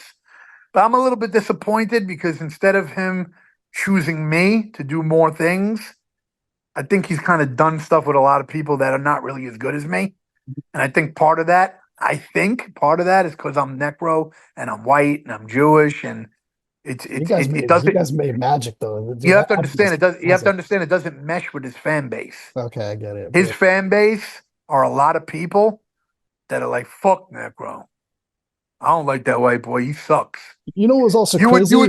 would think why would they be like that? Yeah, They just are, bro. You look at the comments. You'll see yeah. people that'll straight up say, "I love G Rap. He's the best thing ever," but hate Necro. Oh, wow. Now, if I let's say if that was an example of what the truth was, that I suck, and G Rap is obviously the legend, and I suck, then why would Cool G Rap do 16 songs with me? Does G Rap look like the type of guy who's a moron and he's just gonna let 16 songs get done with some guy who's not good? He did more songs with me than Nas and Wu-Tang. He maybe did a song or two with each of them. He did 16 with me, and it mainly was done because he was having so much fun, he told me. He goes, I was literally enjoying it. Matter of fact, when we had 16 songs done, he said, Necro, I think we need to stop now because we're never going to stop. Because we have 16 so far. He goes, I think we're good for an album.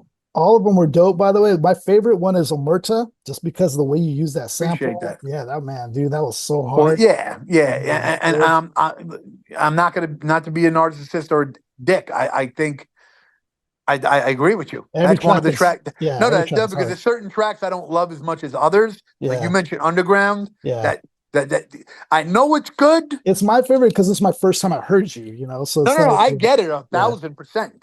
I'm yeah, just saying, Omerta is a track that's totally slept on, but I love the way I killed it on that. Very man, mafia, perfect. I did the whole, the made man, card cutting. Everything was perfect on that. yeah, I think that's that's a dope. fucking beautiful fucking mafia Even track. your style felt loose too. It didn't feel like you was like robotic. Sometimes you come off like as a rapper, you could come Yeah. off like it sounds like you're reading it, but it just felt loose. Like it came off I dope. mean, listen, every track's different depending on what it is. Yeah, And,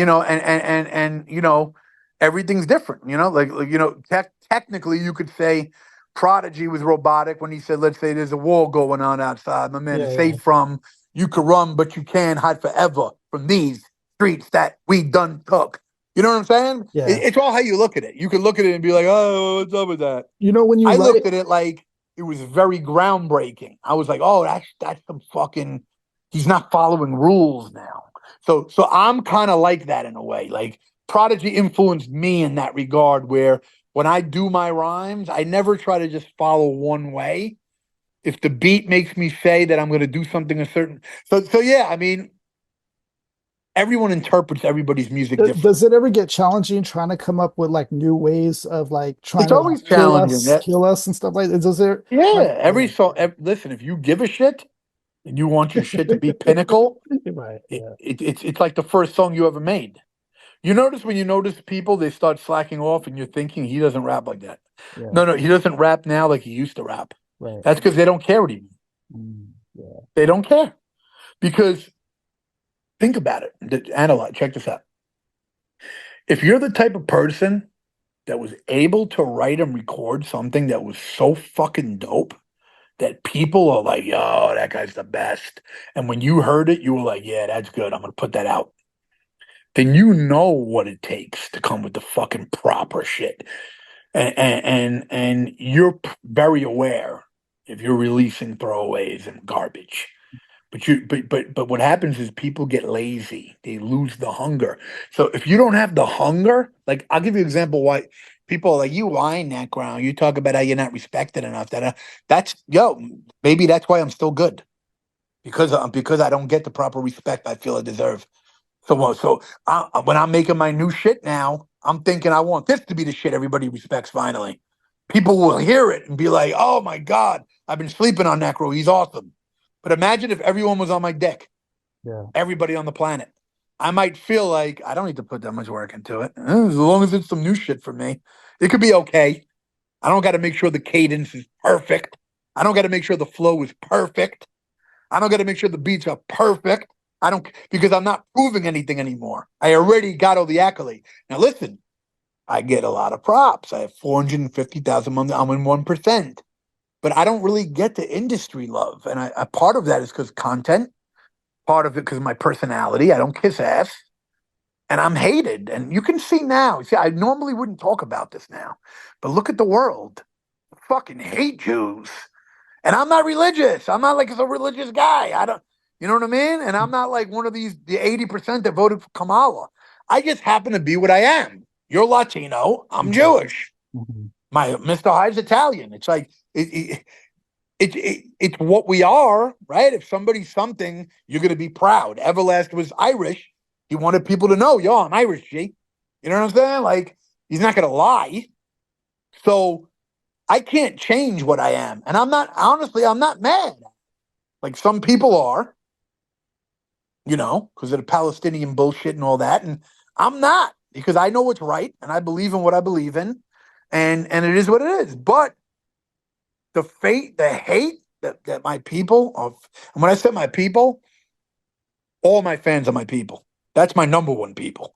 But when I say my people, you know what I mean. It's my heritage, my called Jewish people. Mhm. We're getting shitted on. You know what I'm saying? And bro, I've been getting shitted on. I'm going to tell you something crazy. I hate to speak on the dead, but this gives me a chance to say something which is relevant right now, and you'll have it on your podcast. You ever heard of Clark Kent? Yeah. DJ Clark Kent? Yeah. So For Jay-Z. Yeah. yeah, so he just passed away. Okay, rest in peace. Right. Okay, I know he passed away from colon cancer. Not speaking bad about the dead. I'm just going to tell you a story. So in 1994, DJ Riz brings me and my brother to Clark Kent's house in the middle of Bed-Stuy and Crown Heights area to get me in the DMC battle. I had to give a demo, and I was rapping over like impeach the president, and I was killing it. And we played it. And we're standing in front of his house, and a religious Jew was walking down the block, and Clark Kent goes, "Fucking Jews. The fucking Jews, can't stand them," or something. Basically, something negative towards Jews. He probably thought that we were Italian because Riz is Italian and brought me and my brother. Now, me and my brother, I was like probably 16 at the 17. I wasn't a little kid. I was already thugged out. I had been through the Project fucking Gladiator School. So, it could have been taken somewhere negative. And we got mad. And we did say, "Yo, bro, we're Jewish. The fuck are you saying, man? Like, why would you say that? Like, you don't know what we are. Yeah. We're in front of your house. Like, and you're saying some racist shit. And you're supposed to be a legend in hip hop, like somebody we look up to." And he goes, "My bad." He totally cop pleased. This is the only reason why it didn't be an issue. Like, because if you said that to us in any other way, it would have been beef. We would not have talked it out. Because it was Clark Kent, this guy is a legend. And, he's the guy who decided if you get in the DMC battle, it was a weird situation. Like, I didn't want to threaten the guy. So I'm like, "Yo, man, what the fuck are you doing? We're Jewish, bro. Like, you can't judge a whole fucking race, my man. They're religious, but I'm from the PJs, bro. And I happen to be the same religion or culture as them." Yeah. You know what I'm saying? Like there's different blacks, right? There's some blacks from the hood, some blacks that go to church. You're not the same as them, right? One is a preacher, you're a DJ. So that was an example of him being racist to some white kids from the projects that happen to be Jewish. So he apologized, cop some pleas, da. We let it slide, because he cop pleas. That I'm going to tell you. He definitely made it like, "Yo, my bad. I'm sorry. I didn't mean it." Or, some shit like that. There's a lot of tension in the neighborhood. That was around you have to understand, around the Jay-Z area, you go to Marcy Project, literally across the street, it's all Hasidic. It's a fucking weird neighborhood. You would think if it's a black hood, you're not going to see Hasidic Jews. It mixes totally. The area of Jay-Z where he comes from is half Hasidic Jews, not even regular Jews like me, Hasidic with the hats, everything. It's them and blacks in the projects. Now, obviously, the Hasidim, I'm assuming, are not in the projects. They might be. I'm assuming the projects is more, Jay-Z's peoples and that kind of, situation. But if you're walking anywhere, you're going to walk past a Hasidic Jew. Hasidic Jew's going to walk past a black.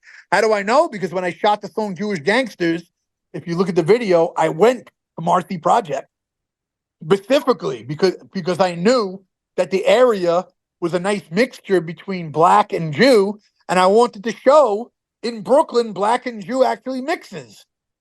They might not get along perfect, but they've been living together for 30 years. More, obviously. It didn't start in the 80s.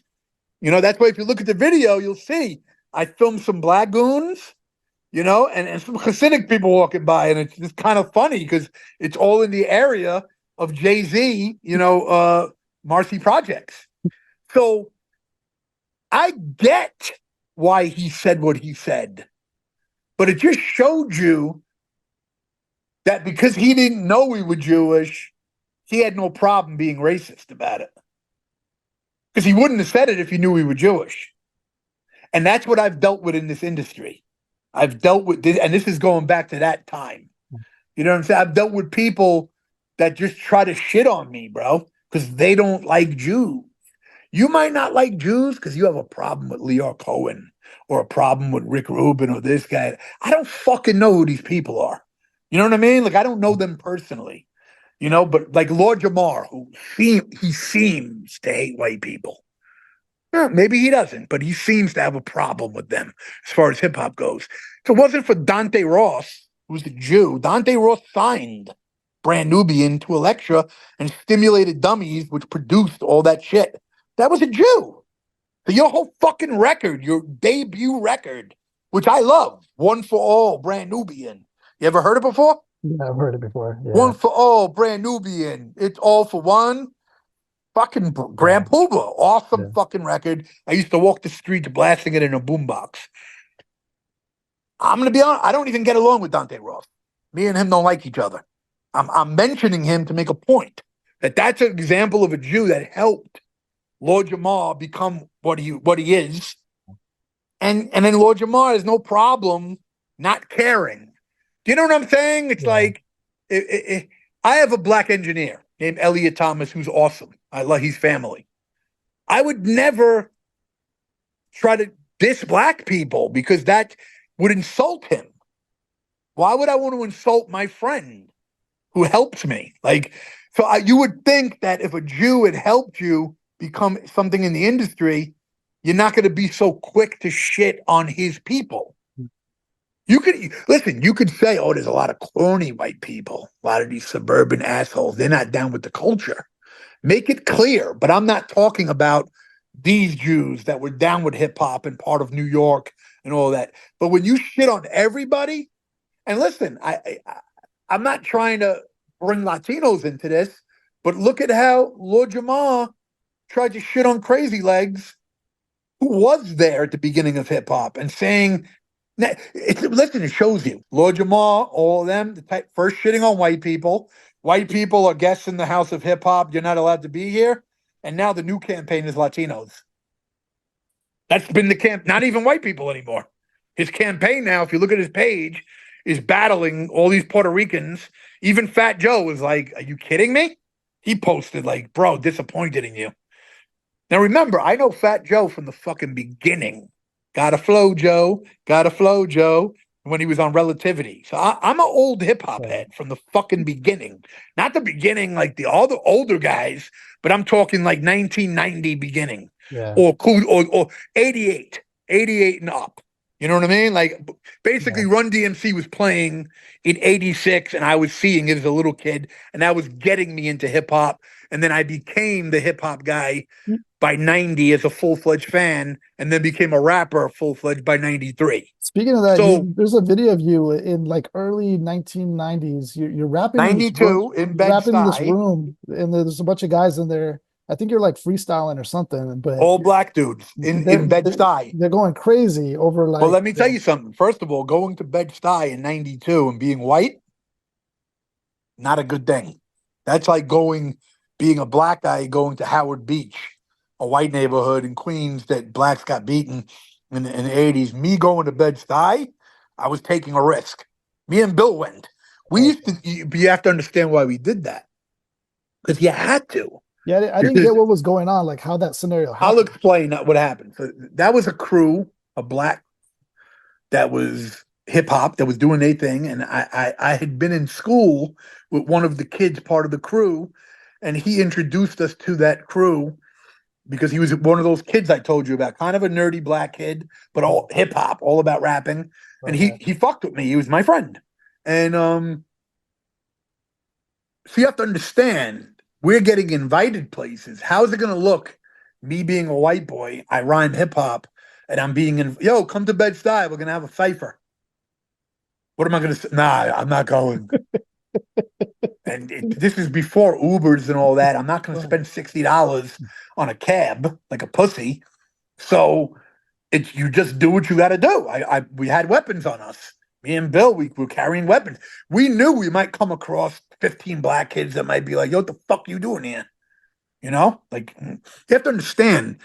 We grew up in the projects. We were getting jumped by Decepticons and fighting Deceps, which Deceps were running New York at the time, fucking everybody up. Very notorious gang.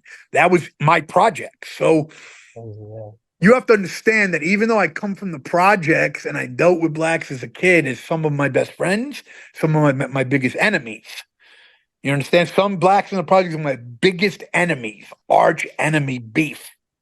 And then some were my best friends. My youngest friends as little kids were black kids that lived in the projects, you know, and Russian kids. You know, it was you have to understand when you're a kid, you don't care about shit. It's all about playing. When you're 6 years old, we all played with each other. It's the parents that make everybody racist. Little kids are not racist. You know what I'm saying? Yeah. I know You can put a white, black, and Latino kid all together, 5 years old. They're all going to play and love each other and hug each other. Be like, I love him. That's my boy. It's only when our politics come into it and we start raising them to be like that. But little kids are not racist. Hamas and Palestinians be teaching the kids in the school books to hate Jews. That's different. If you teach a kid to be racist, you have to understand, you understand what I'm saying? Kids learn from what you teach them.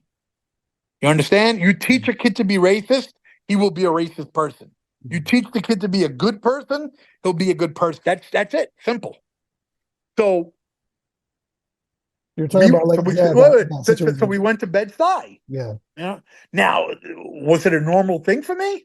Yeah, I used to go to J Live's house. Not the J Live rapper that everybody knows. This different other J Live who was gangsta, who actually had bullets all over his floor when I went to his house. He used to get into beef with a lot of black kids on his block. Because you have to understand, if you're from Bed-Stuy in that time frame, you're not even getting into beef with white kids. You got beef with other black kids on the block. I remember one of the kids walked in, forgot his name. He was the partner of J Live. And he was like, yeah, I just got into beef with that dude. I bumped him. You know, and he pulled out the gat. He had the gun on him. Like, it was serious. Like, these dudes are getting into beef with blacks on their own block and have to pack guns for it. You know what I mean? So it wasn't, you have to understand, this is way before gentrification and all that. So, like, us going to Bed-Stuy was considered brave. Wow. Remember, even Bed-Stuy was even crazier than my projects because my projects was half white, half black. Very weird projects. I was in Glenwood Projects, had rugged black kids, and then had half white, and half of the white kids were rugged, like me and my brother. There was a lot of clashing, a lot of beef. Like, we used to fight a lot. You could ask Ugg from Fellow Dwellers, he'll tell you.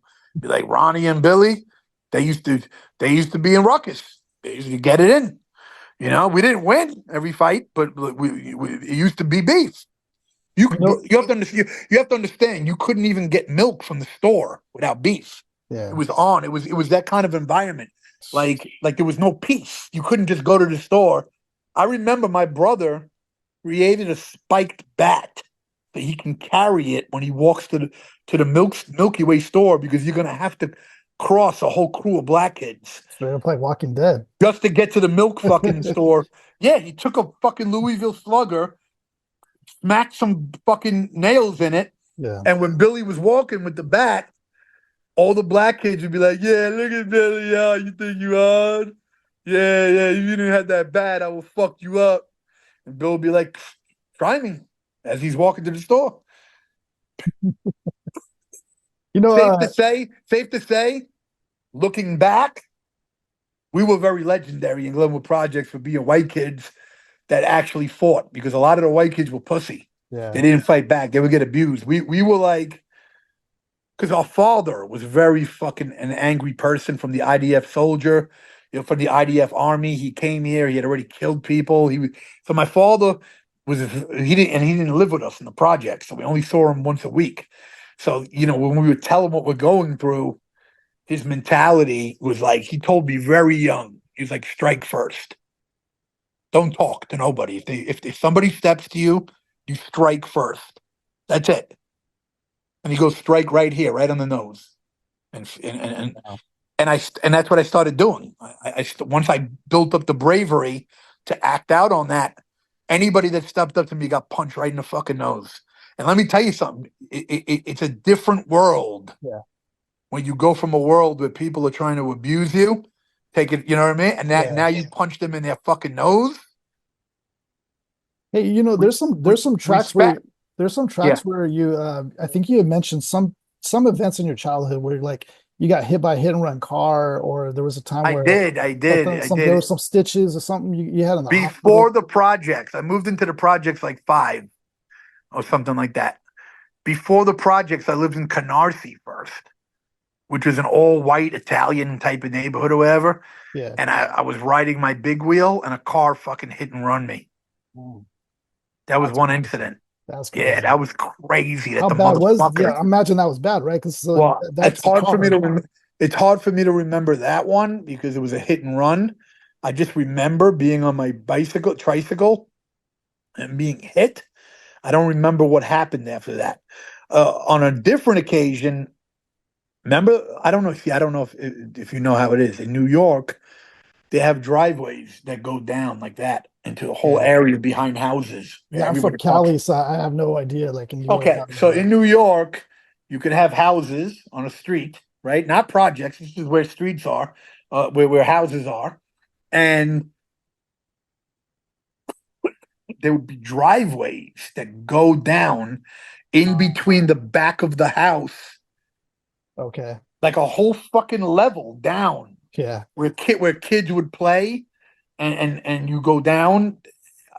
You would have to know what it is. Like people from New York know, and you could get to these driveways that are down in the ground because the street's up here and then you're going down into the ground and you could get to it from the other side of the block, like totally the other side. It's open. And it would be on every block, like Yeah. literally in Brooklyn, definitely. Like every block with houses had it. So kids would ride their bike down the fucking thing.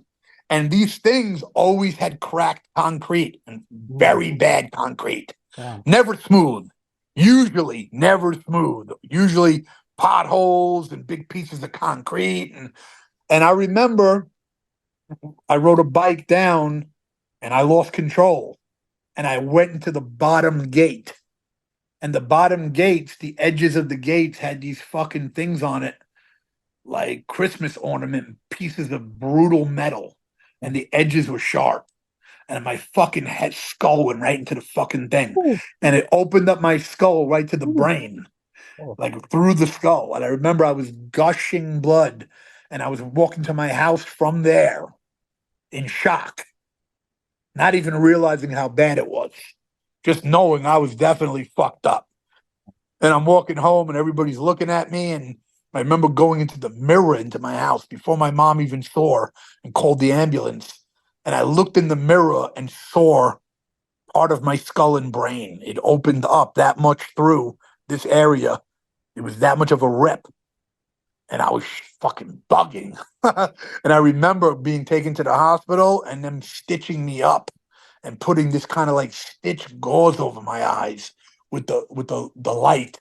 You know the light, surgery light, yeah. bro. It was evil. And I, bro, remember I'm very young now, so this is some traumatic shit. Like I'm Right. like, what the fuck? I'm probably thinking I'm gonna die. Yeah. You know, think about it. I'm very young age. I have gauze over my fucking face. I'm hearing doctors talk. I'm smelling that smell Yeah. of gauze and hot and Yeah. hospital and alcohol. Right. Very fucking. I remember. You know what I mean? Yeah, Yeah. I don't remember a lot of things. That's one thing that I could always bring back and tell you about. I remember that. When you look back now, like in your childhood like that, do you think like obviously like or And do that you was think before that the project. shit? So what the fuck? I must have been five.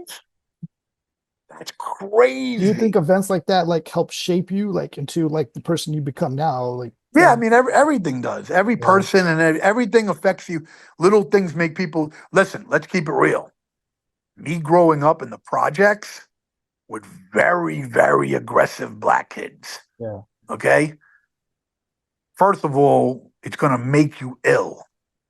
Your style and swagger, because you're not growing up with the what.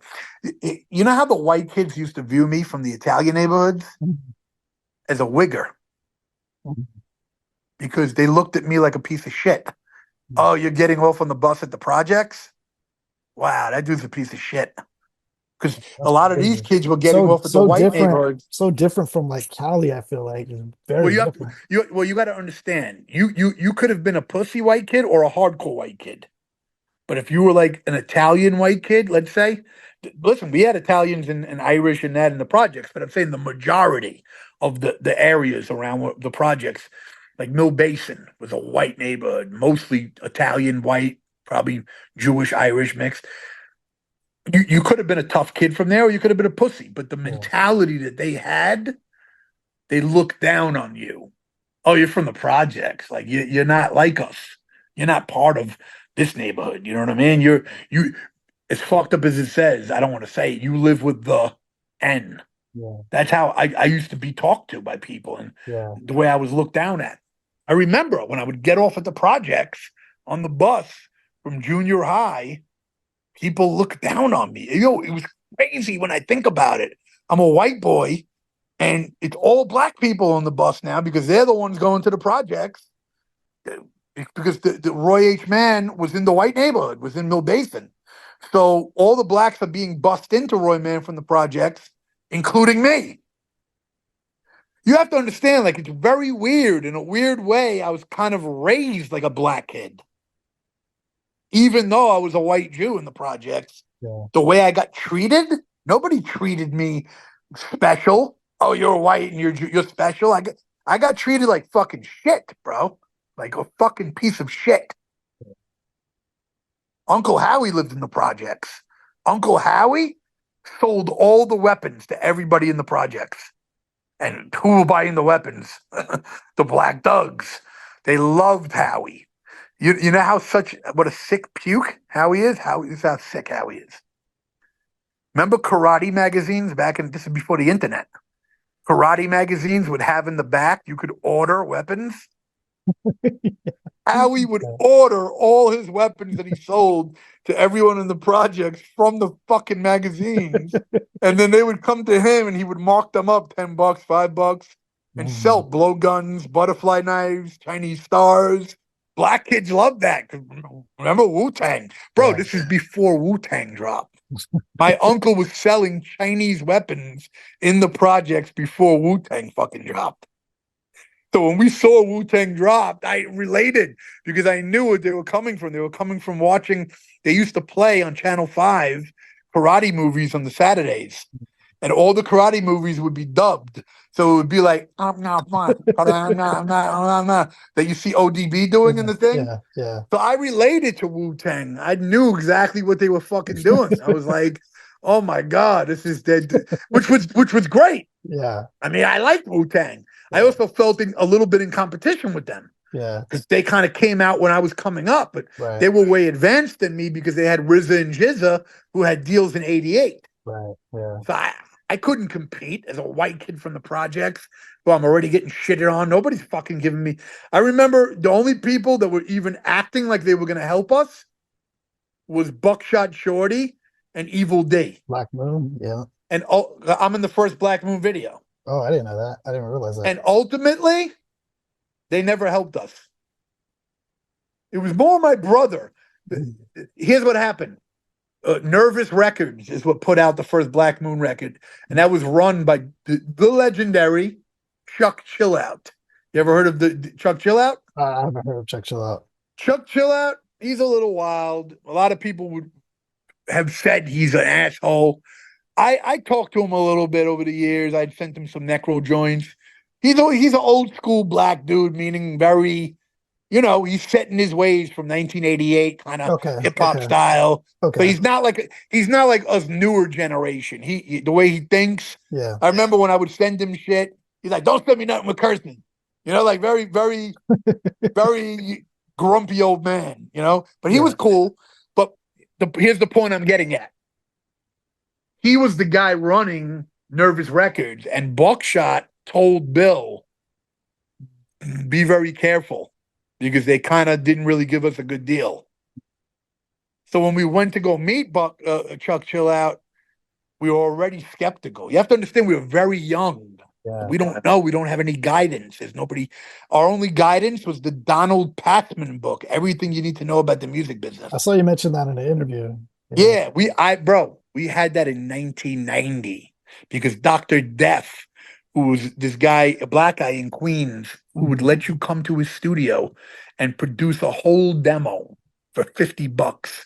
You pay him $50. Oh. He'll engine. This is when the Akai S50, before I even knew how to use ASR10 and all that. I brought my records there, and me and Bill produced the records by telling.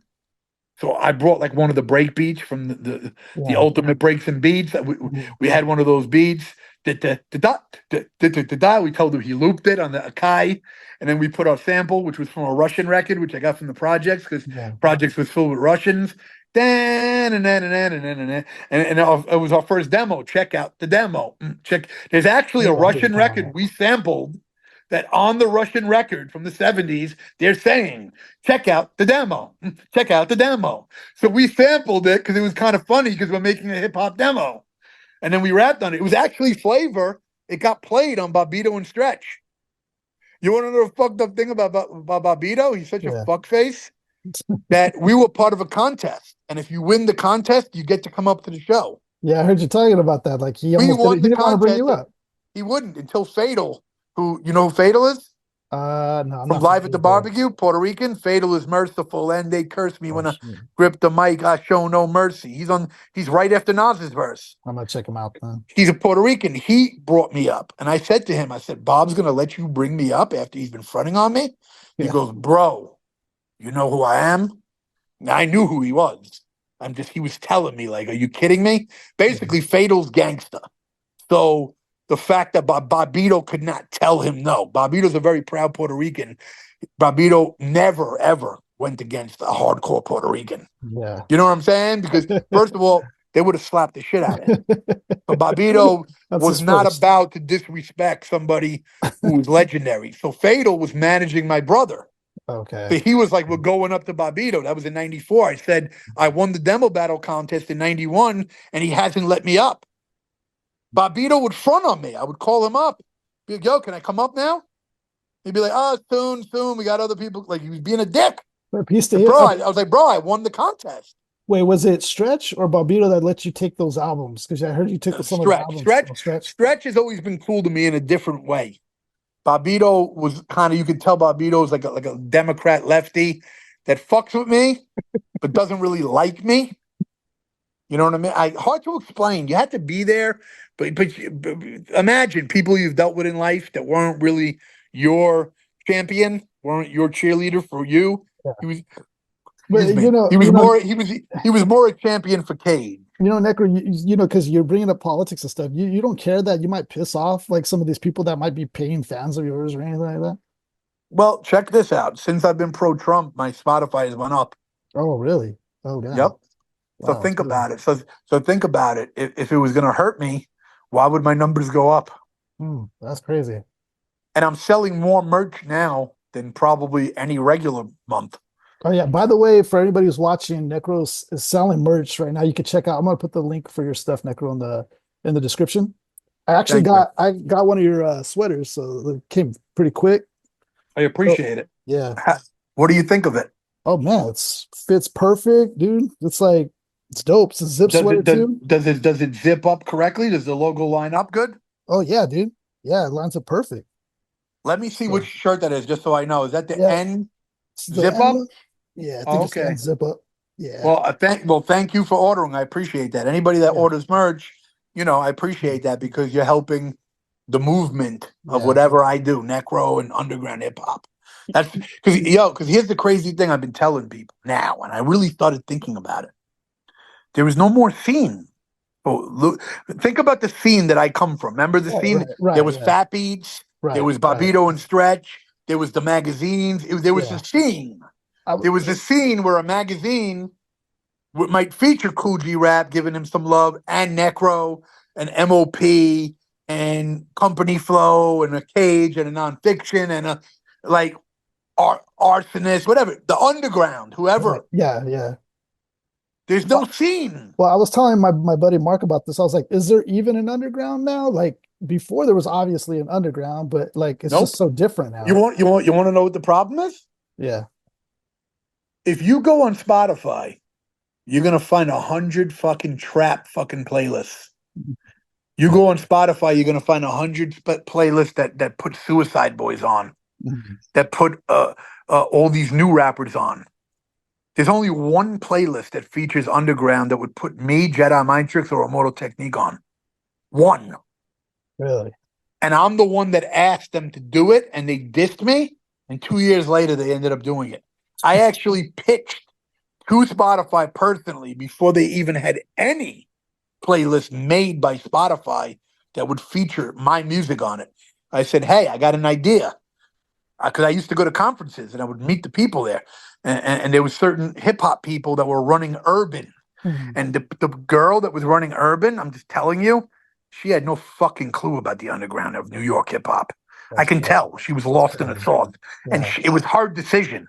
Wow. So how the fuck is she gonna know what to do with urban if you're Wow. letting her run? Oh, like they didn't get someone special. Right, right. Like imagine they got like this random thing, Bobito, to Yeah. run the underground hip hop. Imagine they made Bobito and Stretch as the ambassadors for underground hip hop. They'll probably take over. I'm not saying they would have threw a lot of Necro on it, but okay, I'll give you an example.